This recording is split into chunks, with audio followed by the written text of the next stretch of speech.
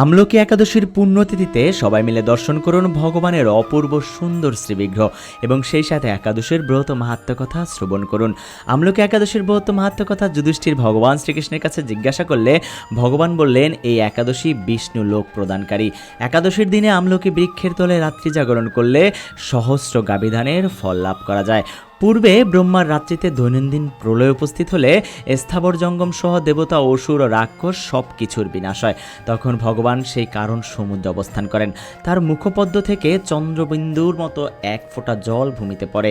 সেই জলবিন্দু থেকে একটি বিশাল আমলকি বৃক্ষের উৎপন্ন হয়। এই বৃক্ষের স্মরণ মাত্রই গোদানের ফল দর্শনে তাহার দ্বিগুণ এবং এর ফল বক্ষণে 3 গুণ ফল লাভ করা যায়। এই বৃক্ষে ব্রহ্মা, বিষ্ণু আর মহেশ্বর সর্বদা অবস্থান করেন। এই বৃক্ষকে সমস্ত বৃক্ষের আদি বলা হয় এবং তা পরম বৈষ্ণব রূপে বিখ্যাত। এছাড়াও বৈশিষ্ট্য আরও বলেন, হে রাজন, যে মানুষ এই পরম উত্তমকারী আমলকি একাদশী ব্রত পালন করেন তিনি নিঃসন্দেহে বিষ্ণুলোক প্রাপ্ত হন। সবাই মিলে এই একাদশী ব্রত পালন করছেন তো? আর যদি করে থাকেন সবাই বলুন হরে কৃষ্ণ।